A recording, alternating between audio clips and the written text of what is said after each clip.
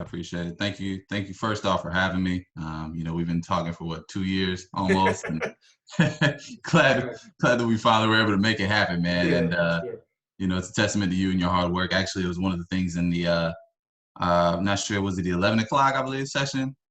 Coach was talking about just reaching out, and Yeah, if 11. Yep. 26 of your so many reaches back, and I'm glad I was one that was able to reach back, man. And Yeah, it just shows relationships. This business is all about relationships, and and players. So it also takes guys like you helping to recruit, to help me get players, and I can't do what I do without you. So appreciate appreciate you that, coach. as well, man. So. But now, just a little bit about me. This is huge for me.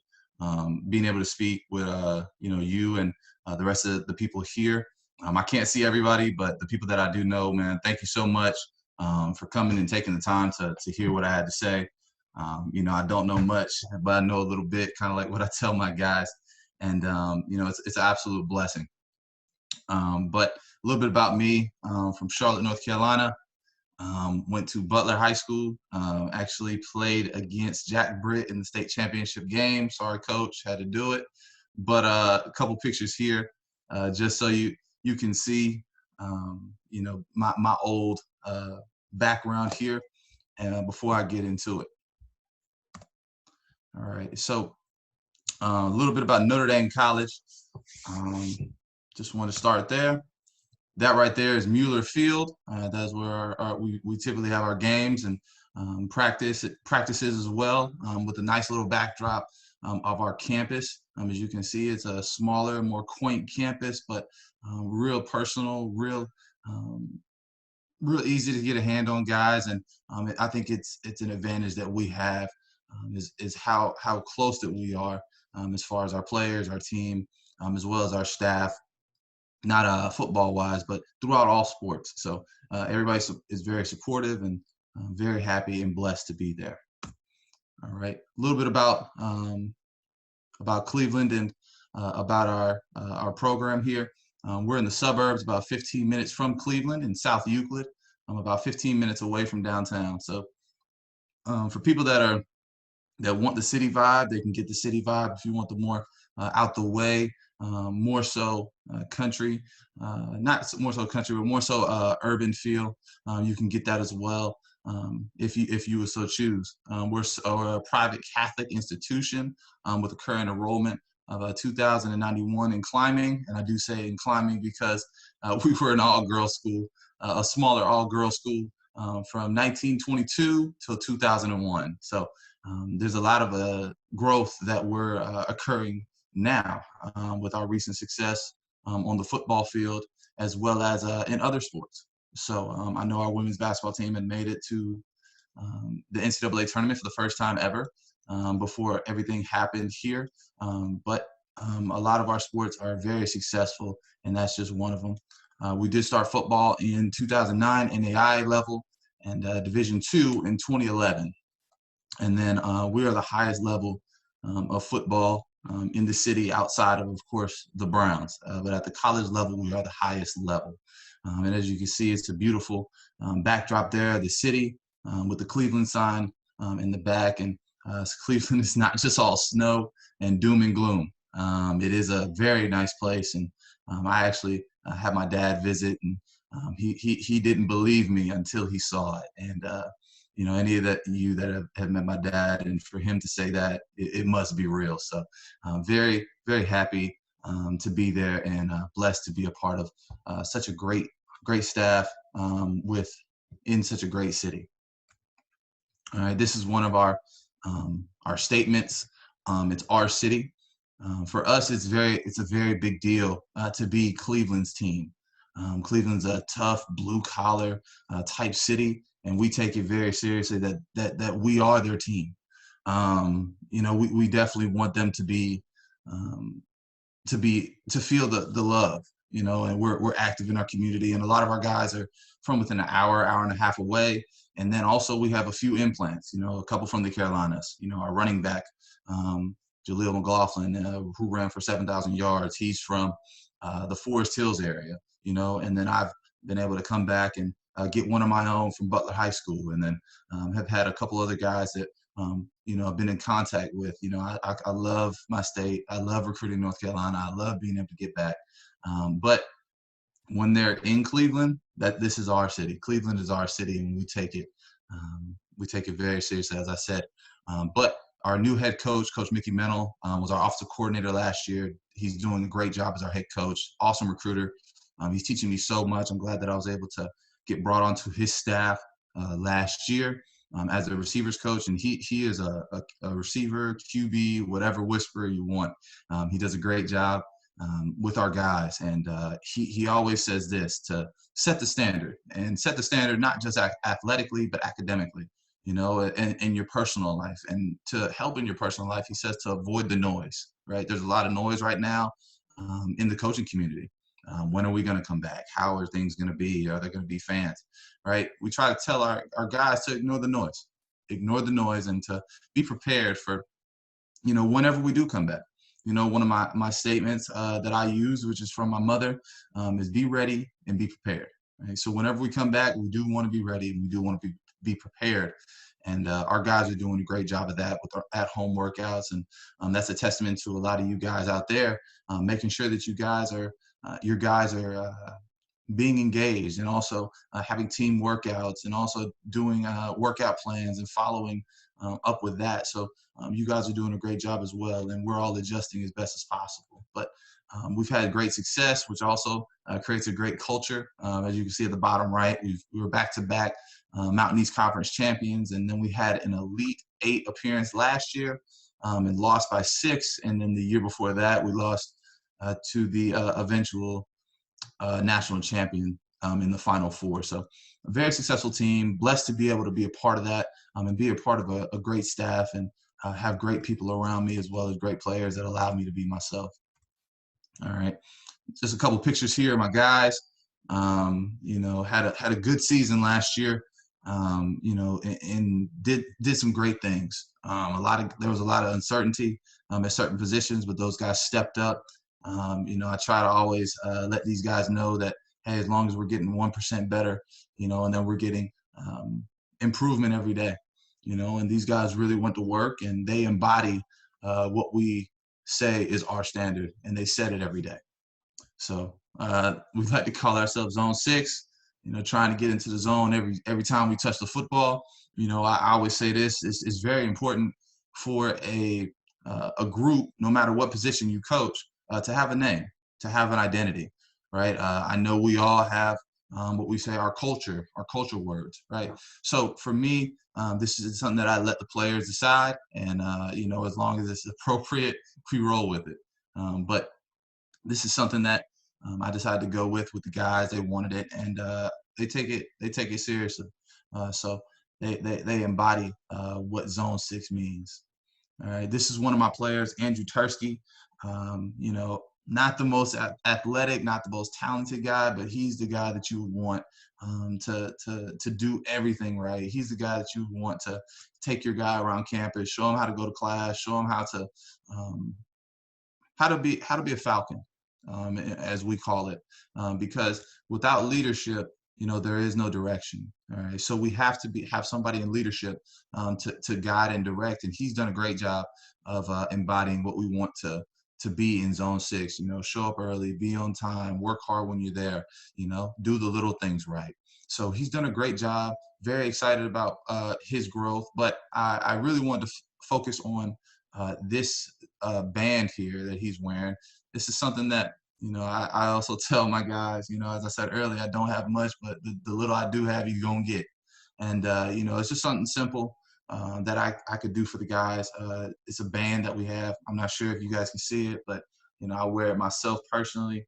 It says Zone 6 on one side, and then NDC receivers. So, just try to do something, right? And that's something that is memorable, for the guys. They're able to see that, man, coach really thought about us. It could be however much it is, but do something, right? And do something, and try to make an effort to say, hey guys, this is something that I want you to remember for a lifetime, because they might forget that post corner they didn't run right, or they might forget that post route they forgot, or they might forget this or that, but they will never forget that love and that care that you gave them.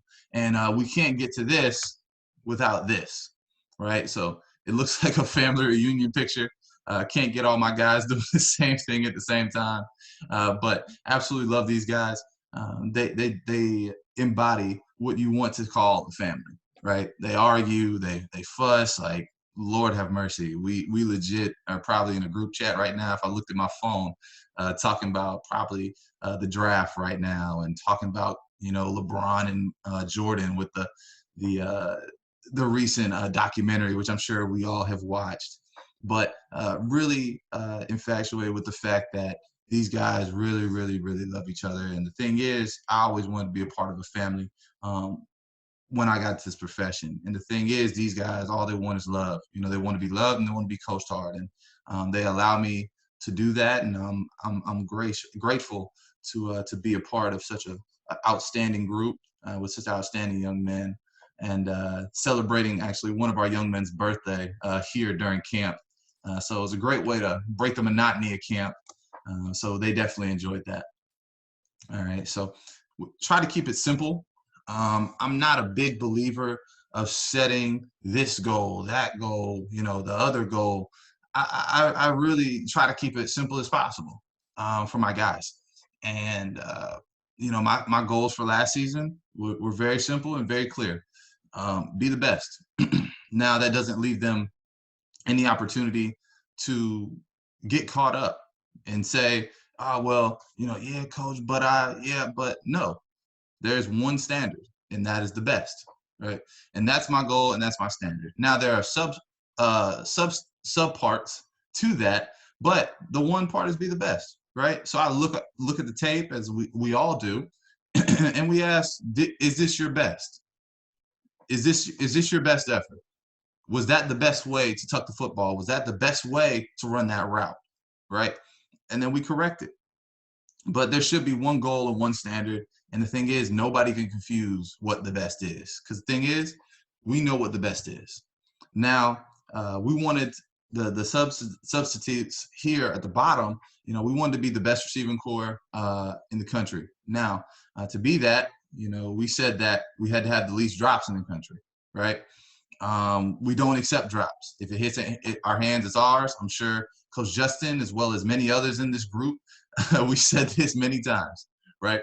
A lot of things that we coach are not new. It's things that have been said before. But if it hits our hands, it's ours. That's something that we take very seriously, and the fact that they make it fun because they want to compete. Because the thing is, you get those pictures before, right? By this here, because you allow yourself to coach them hard, love them hard by having those moments. So that little old cake, right, with all those guys, just that little bit of care, letting them know that, it's not all about football. It's not all about wins and losses. And the thing is, yeah, it's drastically important. I'm very competitive. But at the end of the day, if I didn't affect you in a positive way, then what are we doing this for? And to be able to coach them hard, they have to also take the initiative themselves. These guys did a great job of pushing each other. And when I say it hits the hands, it's ours. Do something simple. Mark it up on a board. If it's a drop, mark a drop. Right? If it's a catch, mark a catch. Right? Whatever you got to do. So our guys did something a little fun.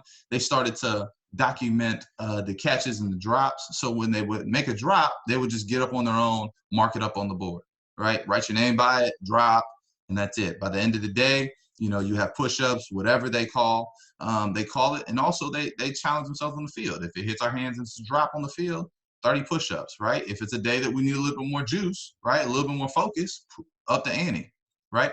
Everybody pays a little bit more attention when more things are on the line. So, did that, and they did a great job of that, and very, very excited with where we were going in the spring as far as that. We wanted to be the best blockers in the country. Like I said, we have one of the best running backs in the country from North Carolina, from the Forest Hills area. So why not block for that guy? He's one of the hardest working kids in the room, does everything right, and just a great, outstanding young man.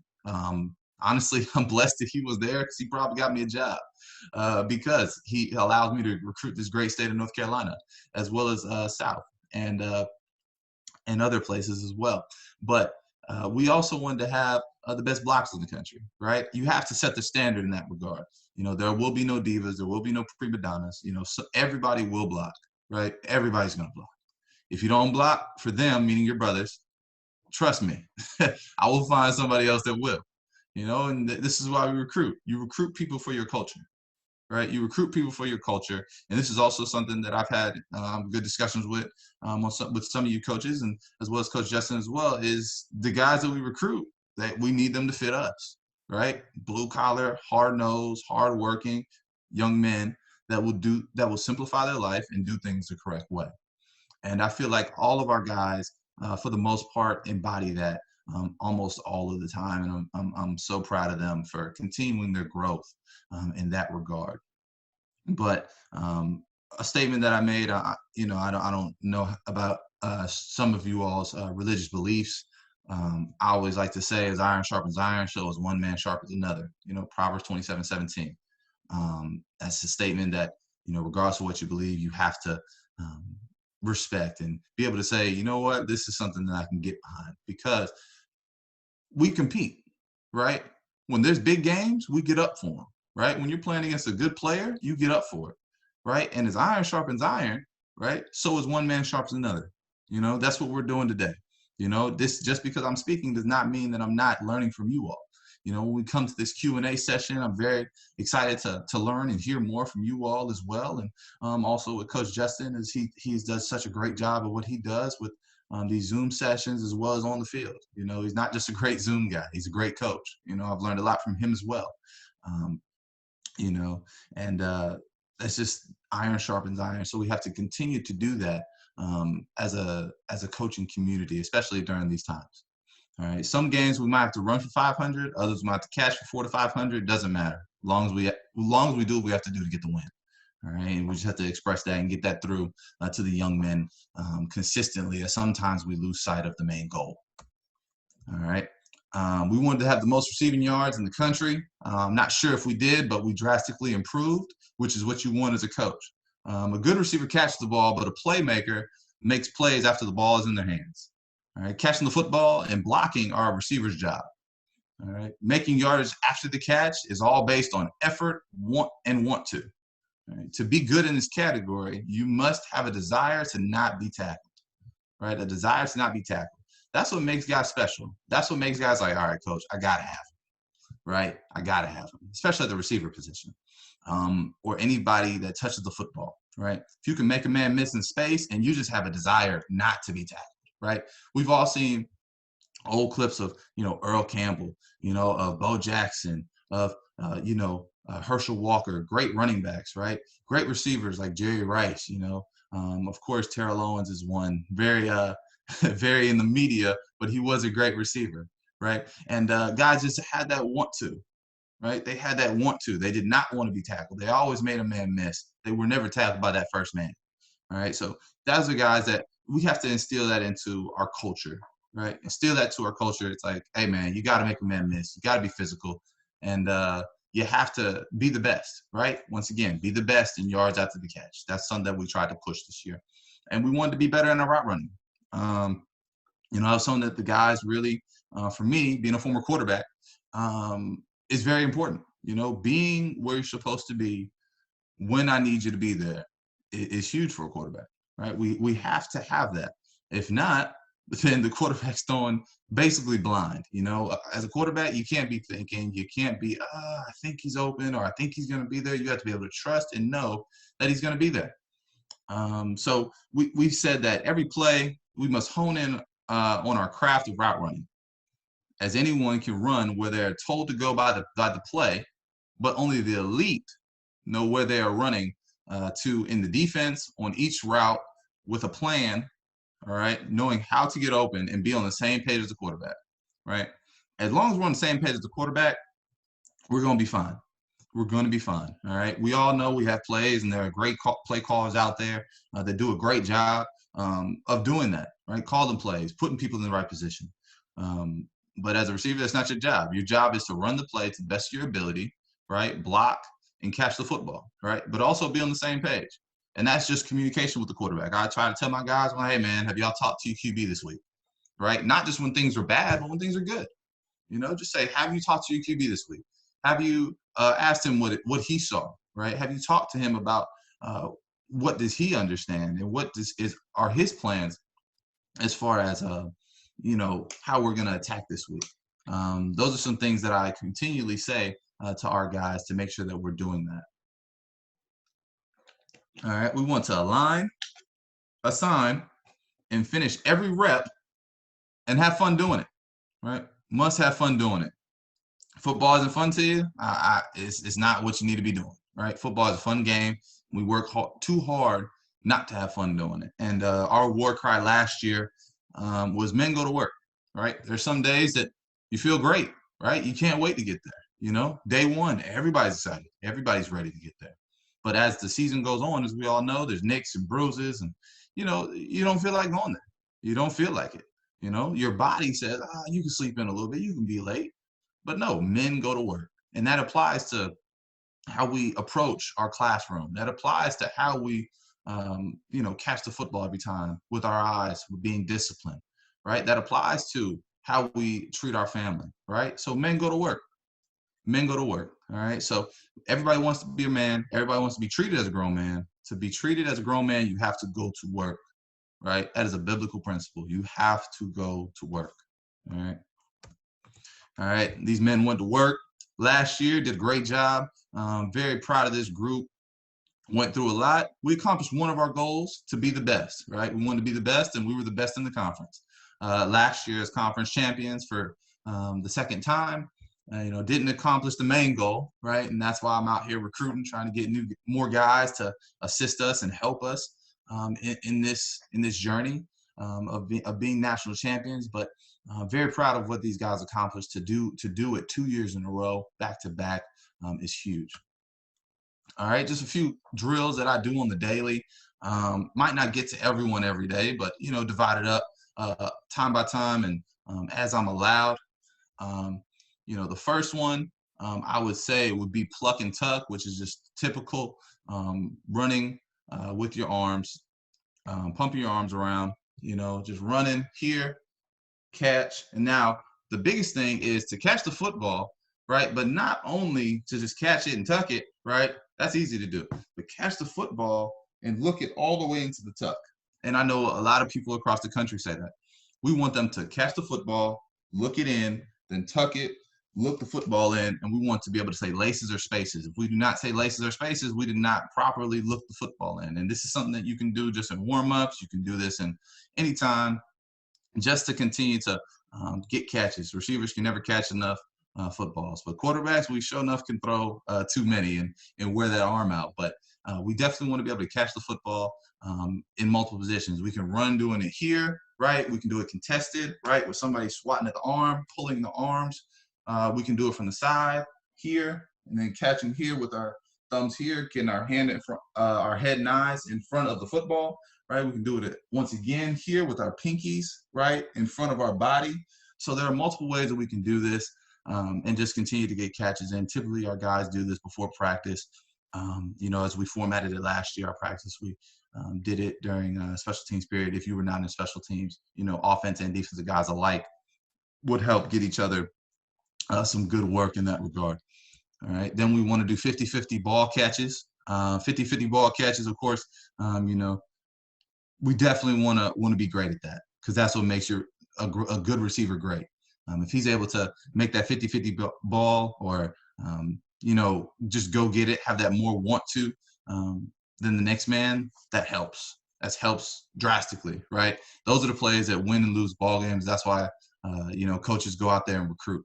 You know, in the 50-50 ball, you know, you want to have one guy in front. You know, you don't have two guys pair up, one person throwing, one person catching, and then have a third man enter in.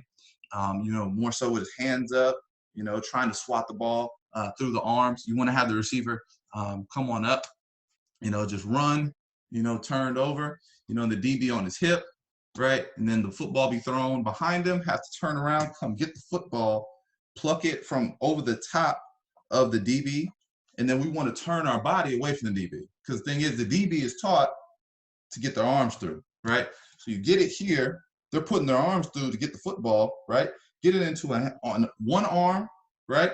Turn, get into the other arm, turn, then also get it here. And sometimes you just have to back out, right? Because the DB's hand is straight up through where we're trying to catch the football. So here, boom, and then back, all right? So that's another drill I like as well. And then one that I have to do every day is a split two. Split two, we want to set two guys, two cones, excuse me, at a 5-yard distance, and then have two guys in the middle of those two cones. Have start at one side. You know, we want to practice just kind of something nice to warm up. Run to one end of the 5 yards, the other end of the 5 yards, and shuffle as if shuffling into a zone. Sit there and catch the football. Once we catch it, right, we want to practice drop stepping away from a defender. All right, because sometimes we catch the football. I'll use this side, of course, I'm close to you all. Catch the football on the right side. We don't want to catch and turn this way, right? The quarterback threw the football on the right side for a reason. So we want to catch the football on the right side, all right? Drop step with our outside foot here, boom.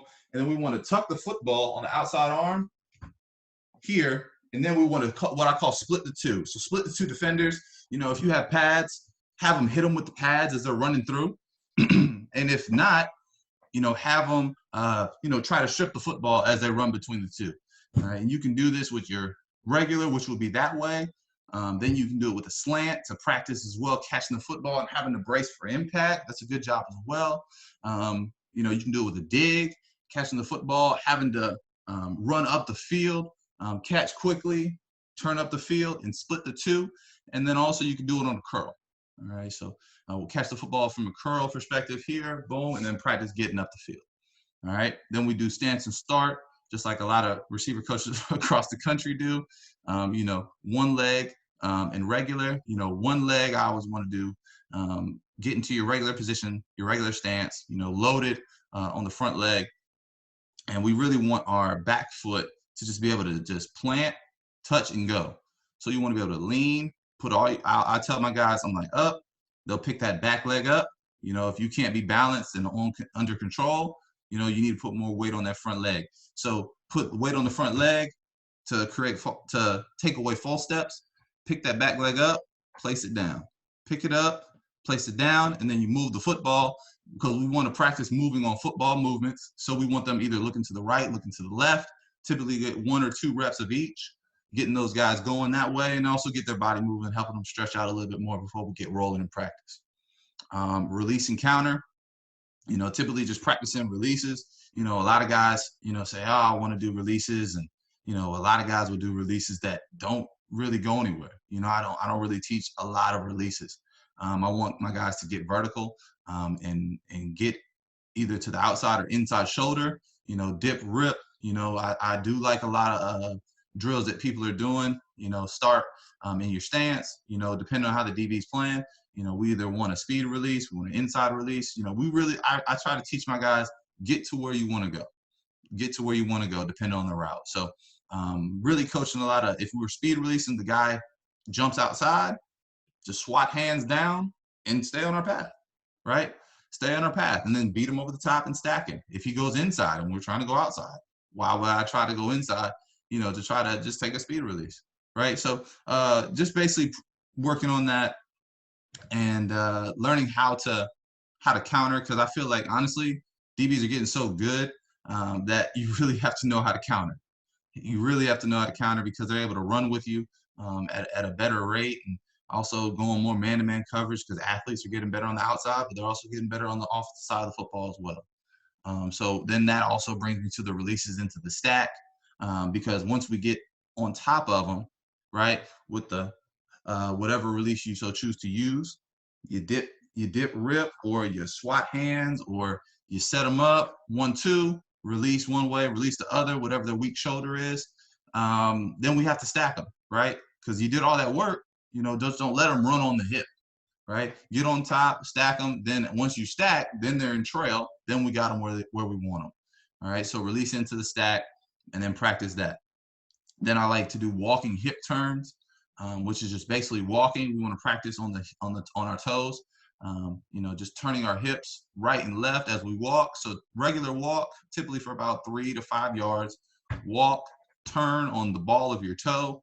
Walk, turn on the ball of your toe, and then eventually at some point get them to turn at the top of the route, almost as if a curl. And we want to practice our speed curl here, and then also turn. They should be able to turn completely back into a curl route. This is something that I got from one of my mentors, and something I was looking forward to doing this spring, but of course things got cut a little short. But then also we like to do contested fades, you know, arm bar and SWAT, you know, swatting backwards, of course, swatting down, you know, also with the chicken wing, you know, if they want to grab, you know, chicken wing and chicken wing. The problem is that you get to when guys try to get too physical and then they extend with that arm, and then we get offensive PIs. So that's also another big drill that I like to run with our guys. Then we have contested fade, arm bar SWAT, like I said. Then we have the W drill. You know, of course, typically a lot of people do that. You know, running around it, practicing your W. Then a lot of people do, you know, certain steps, boom, boom, boom, practicing along that way. And then there's also, you can do the short, short, big W drill as well. You know, practicing quick turns and then turning into the longer turns. So that is that drill. And then the box drill, you know, typical practice the top end of our route on your digs. You know, also you can turn it into a curl, you can turn it into multiple different things.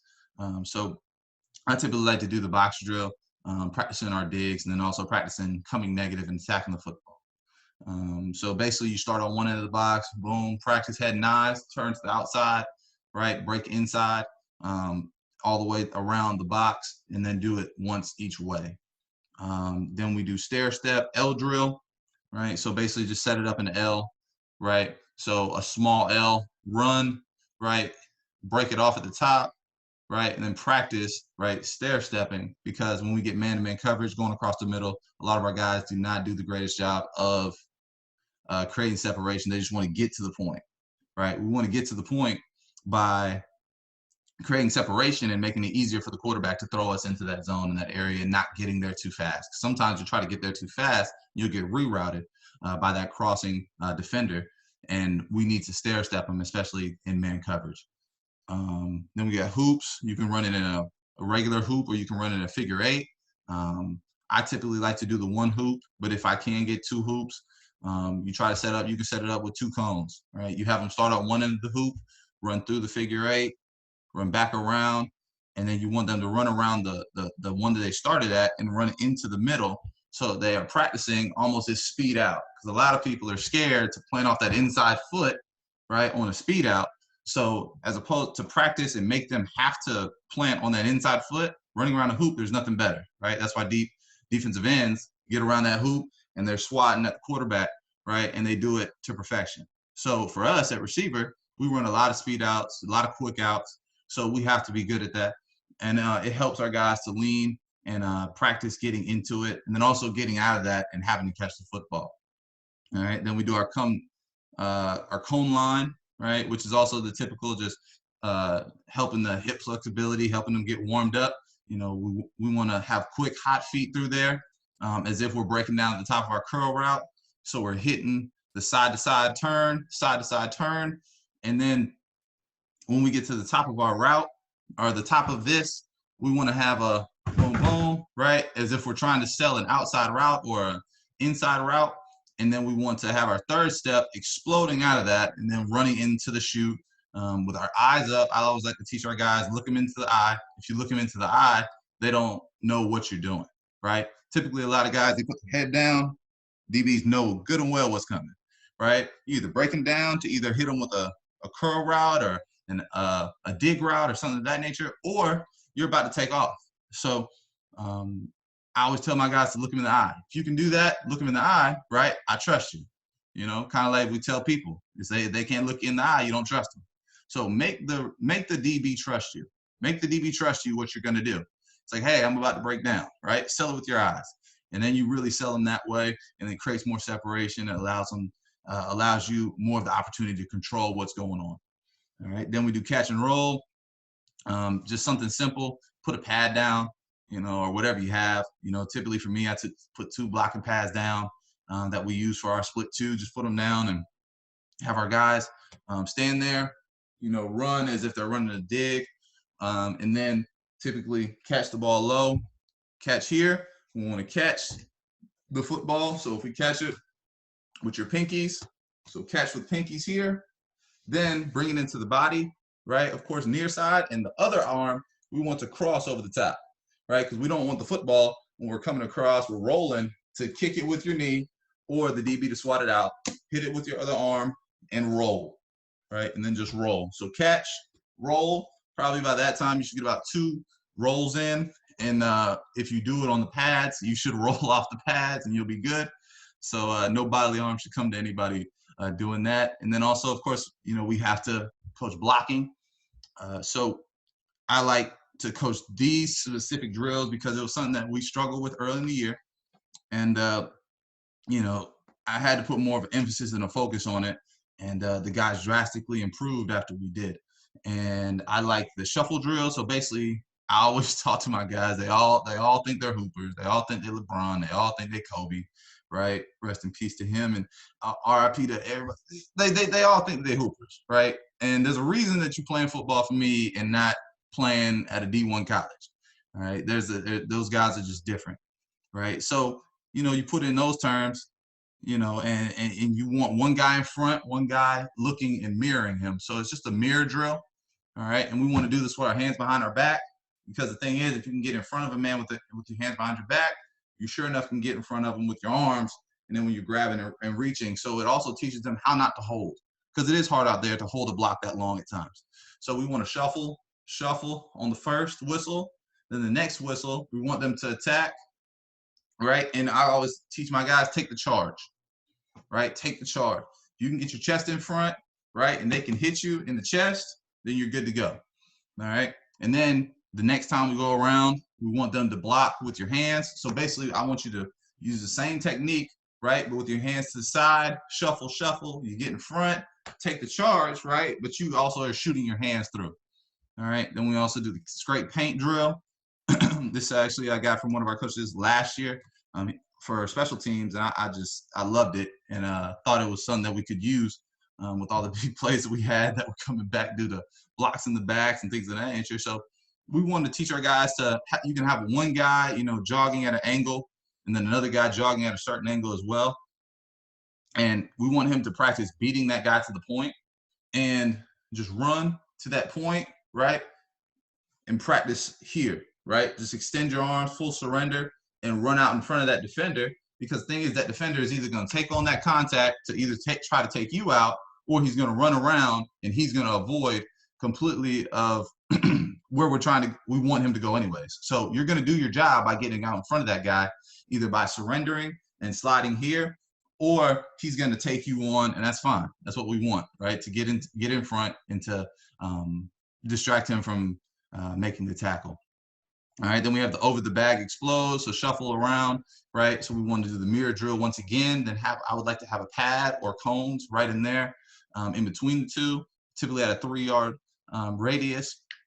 Shuffle on the first, blow the whistle. The second whistle, you want your guy to, shuffle over the pads just like an offensive lineman, and then shoot his hands and explode through, right? You can do that straight up. You can do that at an angle, right? You can do that in multiple different ways that you feel would be best for your guys. So it's not just you have to do it this way. It's a drill that you can do to get your guys to shoot their hands inside. Typically, guys like to grab hands outside, and that's where you typically get holding. So that's a drill that I like to coach as well. And then also the shuffle explode, so that's the same thing. All right. Coach, got a question here. Yeah, sure. For you. What would you say is the most challenging thing you encounter when coaching new drills to guys who haven't done them before? You said the most difficult thing? Yeah. Most challenging thing you encounter. Trying to understand like what they don't understand. It's like they don't completely not understand. They get it, but it's just like that one little bit that they're like, oh, what do you mean by this? Like when you say shoot my hands, what do you mean by shoot? Where do you want me to shoot them? How do you want my my hand placement to be on my catches. Do you mean you want me to actually touch my pinkies, or do you want them to be close? Do you want my thumbs to touch, or do you want them, to be close to each other? So just being detailed, being able to coach that detail to help a young man out to understand exactly what you're coaching.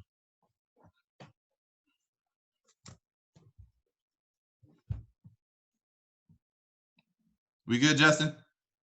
Yes, sir. Okay, just want to make sure I answered all the questions there. Oh, no, absolutely. Yeah, you're good, Coach. All right, thank you. All right, and then just something that we say and it's put up in our office there at NDC. Of course, we're in the Northeast Ohio region. And this is a quote from LeBron that in Northeast Ohio, nothing is given, everything is earned. All right, you work for what you have, right? And that's something that our guys, especially that are from this area, have taken personal, and they make it very, very important to them, to put on for their city, put on for their area, right? As we saw, Joe Burrow with the 740 across his chest, right? People from Ohio really enjoy the fact and take pride in the fact that they can say, hey, I'm from Ohio, right? This is where I'm from. Of course, just like me, I'm a Carolina guy, but I've been adopted into Northeast Ohio, and I always rep North Carolina and Northeast Ohio anytime I can, and it's a blessing. So the epitome of that would be this guy right here, Marvell Ross. He was a two-time all-conference player for us, and actually just got off the phone a couple days ago with some scouts about him, and he has an opportunity to take a chance at the next level, and that's all you can ask, for a guy that was a non-scholarship guy, right? Didn't start until his junior year, but he continued to, as our coach says, trust the process, as well as to put in the work and ignore the noise. He ignored the noise, he put in the work, took the best notes that he could, right? Ignored the outside noise, like, hey, you're the best, you're this, you're that, but he kept his head down and kept working, and that's what I'm proud of for him, as well as the fact that he's about to do something that's never been done in his family, and as is said on the title message, this son, I want to talk about family. He comes from a family that nobody has ever graduated college before, so this is what we're in this profession for, is to create better young men, and the previous staff that has coached him did a great job of getting him to the point, where he was an outstanding receiver, but also, he was going to class, he was doing the work that he was supposed to do, and now he's going to be the first person in his family to graduate, and I'm very proud of that, more than any accolade or any draft pick or anything that might happen for this young man, because he's established his future, right? He's established his future by doing the little things right to make him great, right? And setting the standard, right? Setting the standard for his life. Now he set the standard. Now he just has to continue to keep the standard that he set. So very proud of that young man. He embodies everything that we talk about being from Northeast Ohio. So very proud of that. Now, as we're going through this time, I thought it was only right, to put this slide on there, that the only way we're going to get through this together, we're in this coaching community. We are in a time that we don't know what's going to happen next, right? We don't know. And with that being said, we have to stay close, stay together. Doing things like this is awesome. Being able to talk a little football, being able to watch the draft and things like that is also awesome for us. To be together, and also to watch people's lives change, so that's also a great thing for us. But let's continue to stay together. We'll get through this and be on the other side, hopefully playing football against each other in the near future. All right. And I wouldn't be who I am today without these people right here. This is my brother down here at the bottom, Uriah LeMay. He played at UNC Charlotte as well as the University of Georgia with me. This is the man, the myth, the legend. My dad, did an excellent job of raising all four of us, siblings here. My mom did an excellent job, of course, of nurturing and caring and showing us all the love that she had. She's a great lady, and I'm absolutely proud that, what's up, Coach Newsom? Absolutely proud that I can be a part of this family, And then my grandma here in the middle, you know, she is the life giver, and she is the truth teller. That is for sure. And then my sister right here, she is the boss. She tells me what to do, and she's the only person that can outside of a coaching staff or my family. And she does a great job. And she actually was just in here. She left, but she was in here just watching and learning a little bit about what I do. She thinks I just sit around and toy around on a computer all day, and that is not the case. But this is my little brother, actually, Benny LeMay, UNC Charlotte's all-time leading rusher. I'm actually a candidate in this upcoming draft. My setup originally was going to be with that as the backdrop, but that plan got canceled because my parents have a meeting in that room. But really proud of him, not just of the person that he is on the field. Of course, everybody knows that, but the person he is off the field, and what he's done, you know, not only for the family, but what he's done for the city. You know, he's done a lot for the city, a lot of work as far as community service and things of that nature. But really proud of him, and had to give them honor before I get off of this call. And then this is just a little my information, you know, and, you know, I appreciate all you guys for taking the time to sit here with me. And, you know, I really do appreciate it. And if you need anything, just reach out to me and get in contact with me. And I'm sure a few of you guys that are in here have done so. And, you know, I typically respond as soon as I can. Absolutely. Coach, before we wrap it up, there is a few questions here that I'll get to you. So, Coach was wondering if you could talk a bit about what you're teaching the receivers down the field. Like, are there any subtle push-off moves or anything like that you teach? Yeah, I teach not to fully extend. Had one get a little overzealous with his chicken wing in the playoffs, and got one called back. I think it was a terrible call still. But I typically teach the chicken wing here. So do not fully extend, because the thing is, if you keep it in this L-shaped form here, you typically can get the guy off of you. You can get the separation that you need, and also swat hands, because if you got this type of separation, right, just from an elbow from the body, you're able to make the catch, right? You can go up and get it, right? If not, we recruit the wrong athlete, right? So I think that those people that teach the arm, like you're pushing it. But my philosophy is to keep in the chicken wing type formation, squat hands down, and be a hand fighter. If you're a hand fighter, you won't get called, right? If you're a push-off guy, you're going to get called. There you go. Another question here, Coach. For releases, do you want does everything for your guys look the same? So what he means by that is whether they're blocking or running routes, do you want it to look the same? Yes. Yes, most definitely. Because the thing is, if you're running the guy off and he knows that you're just running him off, and it's not to have to get anything accomplished, like a route or something of that nature, then they're going to know, right? DBs are smart enough to figure it out. It's like, this guy's lagging, right? He's not running to his full potential.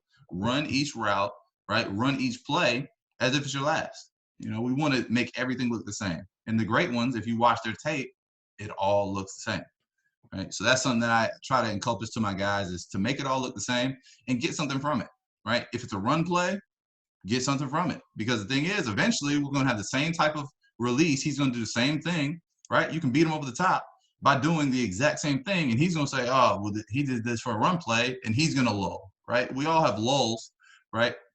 But if you continue to play every play the same way, right? We all watched the documentary, right? There was no off switch on Michael Jordan. That's what made him great, right? We have to have no off switch, right, at the receiver position, especially because we make or break the team, right? There could be a long run down the field, right? And if we're jogging and lollygagging, it ain't going to happen, right? And that guy's going to get tackled on the 5, right? And who does that come down to? Mm-hmm. So, yeah, to answer the question, yes, I do coach it all to be the same. And, you know, it might be a little different release, right? But the way that your explosive, the explosiveness in each rep needs to be the exact same. Absolutely. Any other questions for Coach? Obviously, his contact information is there, so definitely reach out to him. And you know, even in the standpoint of the recruiting aspect, man, he does a tremendous job. You know, being on the road, obviously the virtual road here, and just recruiting and putting in that work to get the best players possible at Notre Dame College. And obviously they were successful very successful last year, and it's because those coaches put that work in, man, and really recruit and bring in the best guys, like I told you, those blue collar guys, bring them in there, and it's just, it's awesome. So definitely reach out to them and connect with them in regards to that, because if you got guys that fit that mold, Coach, I'm sure would be willing to and love to check them out for you. But most definitely, most definitely. I mean, as you guys saw, man. I mean, and you can hear from his presentation.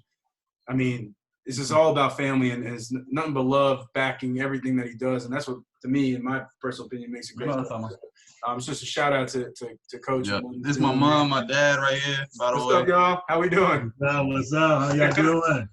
Your son did great. Well, thank you very much for having me. Did a great job. Is that Coach Newsom? Hey, Coach. What's this? What's this? All that on your face. Good to see you all. That's awesome. Take care, guys. I love that. But there it goes. I mean, it's a testament to how important family is to you, man, and it resonates with how you coach your guys up, and right. The culture you're building with your group. And I mean, if your kids don't play for you after showing love like that, and really bonding with them, I don't know what to tell you. I mean, it's almost an inevitability if you're willing to put that work in with them, getting to know them and loving them up.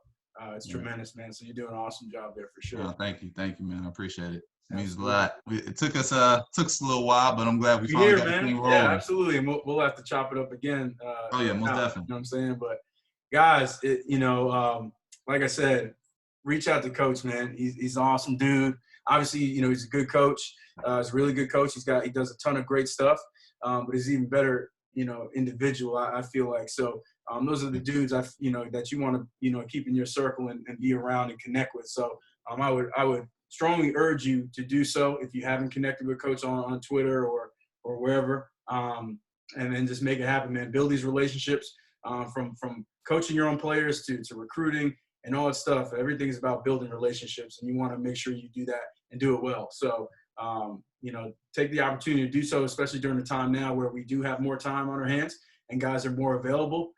Certainly take that opportunity to do so. But thank you to all the coaches who took the time out of their day to jump in and check out this presentation. And of course, Coach, thank you to you for doing so as well and putting this presentation together and jumping on with us and then helping us get better. No doubt, man. Coach P, Coach Malone, appreciate you guys hopping on, man. And like I said, everybody that hopped on, man, it means a lot. As a young coach, man, that you guys took the time and to hear me out, and I'm definitely looking forward to hearing from you guys and learning more. And like I said, if you ever need anything or need me to check out a guy or whatever, it doesn't matter what state. I recruit North Carolina hard. That's my state. But if you got anybody, shoot them to me, and always looking forward to making great connections.